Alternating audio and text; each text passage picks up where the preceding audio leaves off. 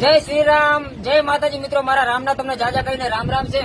તો મિત્રો આજે મને લોકોએ ફોન કર્યા અને ઘણા સમયથી મને લોકો ફોન કરતા આવે કે કેટલી વખત મને કીધું કે જગદીશભાઈ તમે આ માળા પહેરો છો, કોઈ ભુવાજી છો તમે? મેં તો ના, હું કોઈ ભુવાજી નથી અને કોઈ ભુવા પણ હું કરતોય નથી. આ તો માળા મારા કુળદેવીની અને મારા રામની માળા છે, એટલે આ ગળામાં આ નાખ્યો. હું કોઈ ભુવા પણ કરતો નહીં, પણ હા જે મારે કામ પડ્યું હોય માતાનું કે ગમે તે મારા રજા આમાં હું મારી જાતે કણ જોઉં ખરા, હું મારી જાતે દાણા લઉં ખરા, જે વધાવો વેણ હું મારી જાતે લઈ લઉં. પણ આ એ કરું તો હું પોતાનું કરું. પણ જે અમુક મને ફોન કરીને કીધું હોય ને કે જગદીશભાઈ મારા ઘરે 5 દીકરીઓ હોય, મારો દીકરો નથી, અને તો મારી એટલી આટલી આજ્ઞા મારી સાંભળજો, મારી પૂરી કરજો કે મારા ઘરે દીકરાનો અવતાર થાય.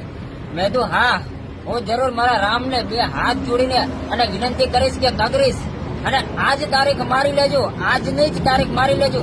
આ તારીખ અને આ તારીખ થી 9 મહિના પૂરા થાય ત્યારે તમારા ઘરે દીકરો, જો તમારા ઘરે દીકરાનો જન્મ થાય ને, તમારા ઘરે દીકરાનો અવતાર આવે ને, તારે એટલું માની લેજો કે રામે દીધેલા દીકરા હે. ત્યારે રામને મારા ભાઈ યાદ કરજો.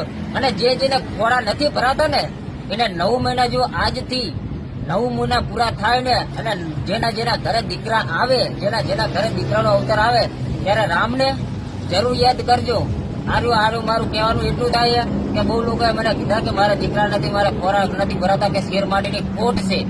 હું કોઈ એવો ભૂલું નથી કરતો કે ભાઈ મારા હું કહું ને થાય. આ તો રામ કરવા વાળો બધું એ છે. આપડે તો કઈ નહીં, આપડે તો હું એના હાચા મનથી હું એની ભક્તિ કરી રહ્યો છું, અને હાચા મનથી એને હું 2 હાથ જોડીને એટલું કગરું કે જેને દીકરા નથી ને એને આજ તારીખ મારે ને આજ તારીખ થી પણ 9 મહિના પૂરા થાય એના ઘરે મારા રામ હે ભગવાન એમને દીકરાનો અવતાર આવજો. અને મારા દોસ્તો, મારા મિત્રો, તમારા ઘરે જો 9 મહિના આજની તારીખ કોઈ બીના દીકરા ના થતો, આજની તારીખ તમે જરૂર મારી લેજો. આ તારીખ થી અને 9 મહિના પૂરા થઈ જાય ત્યારે તમારા ઘરે દીકરાનો અવતાર આવે, તમારા શેર માટીની ખોટ જો પૂરી થઈ જાય ને તો આ રામને જરૂર યાદ કરજો, ભૂલી ના જતા.